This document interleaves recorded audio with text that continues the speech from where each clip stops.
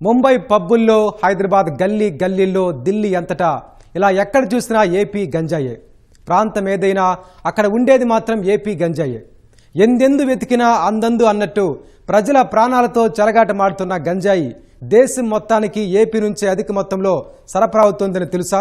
Smuggling in India 2024 report బయటపెట్టిన చేదు నిజాలు చూస్తే అదే విషయం అర్థమవుతుంది. మరి 5 ఏళ్లలో గంజాయి వనంగా రాష్ట్రాన్ని ఎలా మార్చారు ఇప్పుడు చూద్దాం.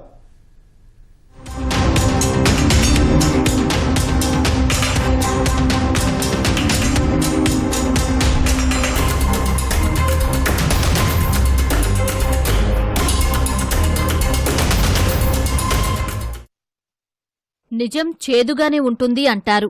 వైకాపా నాయకులకు నచ్చకపోయినా గంజాయి అనే మొక్కను పెంచి పోషించి 5 ఏళ్లలో రాష్ట్రాన్ని సర్వనాశనం చేశారు. జగన్ పాలనలో ఎవరైనా బాగుపడ్డారా అంటే స్మగ్లర్లు, గంజాయి సాగుదారులు, నేరగాళ్లు ఒకరేంటి, మొత్తం ఒక గంజాయి రాజ్యమే లాభపడింది. గంజాయిని నిషేధించినా యథేచ్ఛగా అధికారులు, నాయకుల అండదండలతో స్మగ్లర్లు దేశంలోని వివిధ రాష్ట్రాలకు ఎగుమతి చేశారు. స్మగ్లింగ్ ఇన్ ఇండియా 2024 రిపోర్టు ఇదే అంశం బయటపెట్టింది.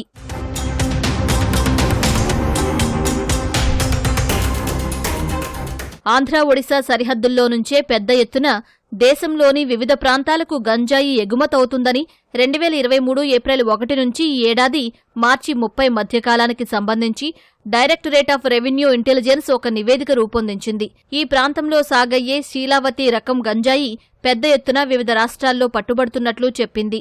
డీఆర్ఐ గత ఏడాది నవంబర్లో విజయవాడ శివారుల్లో 731 కిలోలు, నాగపూర్, జబల్పూర్ జాతీయ రహదారిపై 386.29 కిలోలు, బోర్క్హెడీ టోలు ప్లాజా వద్ద ఒకసారి 520 కిలోలు, మరోసారి 975.5 కిలోల గంజాయి స్వాధీనం చేసుకుంది. అయితే ఈ సరుకంతా ఏవోబీ నుంచి వచ్చిందేనని తేలింది.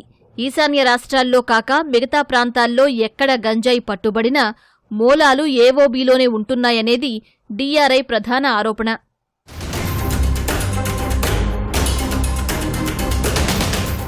డీఆర్ఐతో పాటు రాష్ట్రంలో పోలీసులు పెద్ద ఎత్తున గంజాయిని స్వాధీనం చేసుకుంటున్నారు. ఇటీవలే అనకాపల్లి పట్టణంలో పట్టుబడిన 100 కిలోల గంజాయే ఇందుకు నిదర్శనం. గంజాయి కేసుల్లో పట్టుబడిన వారిపై నిత్యం పోలీసులు పీడీ యాక్ట్లు పెడుతున్నా మరికొంతమంది ఈ దందాలోకి వస్తూనే ఉన్నారు. ఇలా దేశం మొత్తానికి సరఫరా చేస్తూ ఏపీని గంజాయి సాగు, సరఫరాలో నంబర్ 1 చేసింది వైకాపా ప్రభుత్వం. గతంలో directorate of revenue intelligence, narcotics control bureau తదితర విభాగాలు విడుదల చేసే నివేదికల్లో మాదక ద్రవ్యాల స్మగ్లింగ్లో ఏపీ మొదటి స్థానంలో ఉంటోందని చెప్పడమే అందుకు నిదర్శనం. 2021-22 ఆర్థిక సంవత్సరంలో దేశవ్యాప్తంగా పట్టుబడ్డ మాదక ద్రవ్యాల్లో అత్యధిక శాతం ఆంధ్రప్రదేశ్లోనే లభించాయి. కేంద్ర ఆర్థిక శాఖ ఆధ్వర్యంలోని డీఆర్ఐ అధికారులు దేశవ్యాప్తంగా 34,002 కిలోల మాదక ద్రవ్యాల్ని స్వాధీనం చేసుకోగా అందులో సగం అంటే 18,267 కిలోలు ఏపీలోనే దొరికాయి. పట్టుకున్న వాటిలో గంజాయి, ఇతర మాదక ద్రవ్యాలు ఉండటం గమనార్హం. అత్యధికంగా గంజాయి పట్టుబడ్డ రాష్ట్రాల జాబితాలో 2019, 2021 సంవత్సరాల్లో ఏపీ మొదటి స్థానంలో ఉండగా 2020లో మాత్రమే 2వ స్థానంలో ఏపీ ఉంది. అంటే జగన్ అధికారం చేపట్టిన నాటి నుంచే విస్తృతంగా వేళ్లూనుకుంది గంజాయి.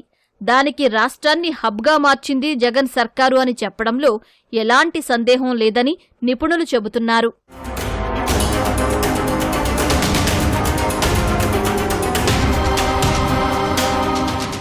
జగన్ గద్దెనెక్కినప్పటి నుంచి 2022 వరకు డీఆర్ఐ, ఎన్సీబీ, పోలీస్, సెబ్ తదితర విభాగాలన్నీ కలిపి 5,33,620 కిలోల గంజాయి పట్టుకున్నాయి.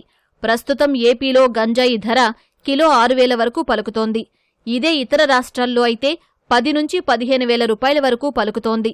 అయితే రాష్ట్రాలు పెరిగే ఈ లెక్కన 4 ఏళ్లలో పట్టుబడిన గంజాయి విలువే 800 కోట్లకు పైనే ఉంటుంది.